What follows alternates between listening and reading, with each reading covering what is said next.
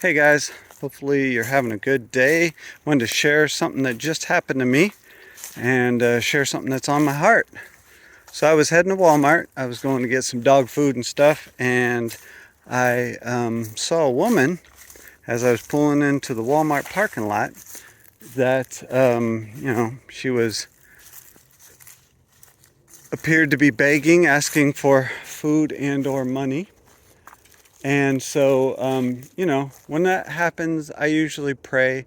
I ask God if I should do it. And I did this time. I took a little bit of money out of my wallet and, just went, gave her the money. I always get out. I don't just give it out of my window. I get out. I talk with them. I ask if I can pray for them. And she told me about this thing where she got sick, got COVID, and then somehow, some way, she was really weak, lost sight in one of her eyes. You could kind of tell by looking. Her right eye, she lost sight in it. Her she said she lost some hearing in her right ear. And so, just one of those, I prayed for healing. I don't stick around. That's God's doing. I don't brag. I don't brag on if I did anything, because I didn't. I just ask God to heal people and move on with my life. Then she asked, where did I go to church? And I said, well, I don't go to church. And she looked at me kind of sideways, and I was like, yeah, we just recently moved, and I'm looking for a place. Haven't found anybody or any place that's suited our fancy yet. We found a couple places, but nothing yet. And she was like, oh, well, up until I lost my job and became homeless and lost my car, I went to, and she talked about this church called New Life. And it really just weighed on my heart that it's like, I'm going to be talking to pastors now and people who are leaders of churches and people in leadership positions, that we have people in our community day in and day out who are losing jobs, who are getting sick. This was a little old lady. She reminded me of my mom, probably my mom's age, just skinny as a rail. And she just was asking for food, looking for things. And while I was there, somebody brought her some Wendy's, and she started eating it, and she apologized to me because she just, she started feeding her face and really was eating like it was the first meal she had in a very long time. So I went back to my car. I'll admit, I usually kind of test, and I gave her a little bit of money, but I had more money. We'd pull money out for something else, and I gave her everything in my wallet. I came back and said, here, hopefully this will give you a night or two or three to be able to spend in a hotel. And she started just bawling, and she looked at me and she thanked me. She asked for a hug. I'm saying all of this again because I'm appealing to pastors. I'm appealing to leaders of churches. I'm going to give the church that she went to the benefit of the doubt and say, well, maybe they don't know that she became homeless and she can't get to the church. But if you're a leader of a church, if you're in a church right now and you help out, if you have any pull, any say, even if you don't, I implore you to go talk to the pastor and say, Pastor, what are we doing for people who are homeless? They're part of our community, and there are homeless people that are looking for ways to get to our church, but they don't have cars. They don't have a way to get to church. They don't have the means to get to church. Maybe they're homeless. And, we often look at them where it's like, okay, they're looking to get high. What is their next fix? I don't want to give them cash because they're probably just going to buy drugs. I mean, it's not really up to us to judge anyways. I get it. I wouldn't want to support somebody's drug habit either. That's why somebody gave her food. But as I was watching her eat, it really dawned on me that I don't think she was looking for food. I mean, looking for money to get high. I think she was looking to eat. And a place to stay.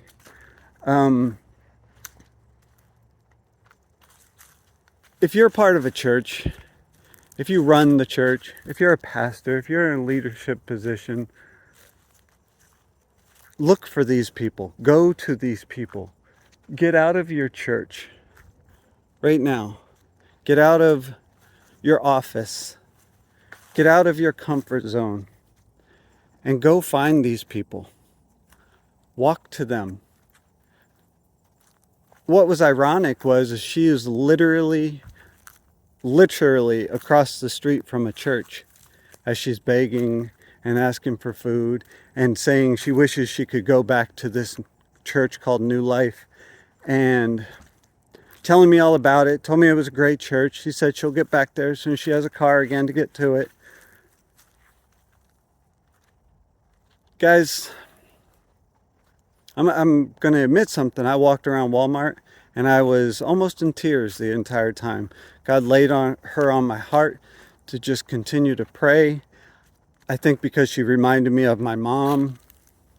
She's just a skinny old woman, just a very gentle, kind person. And it was just something that really struck me and hit on my heartstrings. And I didn't pray for her because of that. I prayed for her because she needed healing. I prayed for her because she needs a church. I prayed for her because she wanted a church and can't get to the one she was used to and comfortable with. I believe if we are parts of churches, I believe if we're running a church, if we're even in church staff, leadership, it's our job to take care of widows and orphans, to feed the sick and the hungry. If your church has not helped out anybody who's homeless or hungry or sick within the last month, you're doing it wrong. Your church is doing church wrong. I know that's a bold statement. I get it. I 100% understand the implications of my statement. And I stand by the implications of my statement. That if your church has not helped out anybody homeless, anybody sick, anybody who needed healing, anybody who is demonically possessed, anybody who is hungry, anybody who needs a house, needs a car, any moms who need to get their kids to appointments. If your church hasn't helped out anybody this month, then this month you've done church wrong. And if it doesn't help out anybody next month, then next month you've done church wrong. Do you sense a pattern?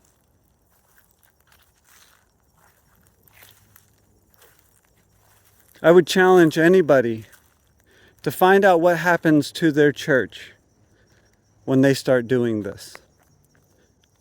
I've seen a ton of churches that are just growing, and the pastor comes in and he's got his nice tight shirt on showing his muscles, and the praise and worship are playing on instruments that cost multiple thousands of dollars, wearing their best jeans that cost hundreds of dollars each. The sound stage and the lights and the smoke machines cost thousands and thousands of dollars, and they haven't helped out a single person in their community. You're doing church wrong. Sure, you'll grow. Go ahead, grow. Find out how that helps you in eternity. Find out how that helps the people sitting in that church for eternity. Guys, I'm begging you. Do church right. It'll help you. It'll help them. It'll help your community.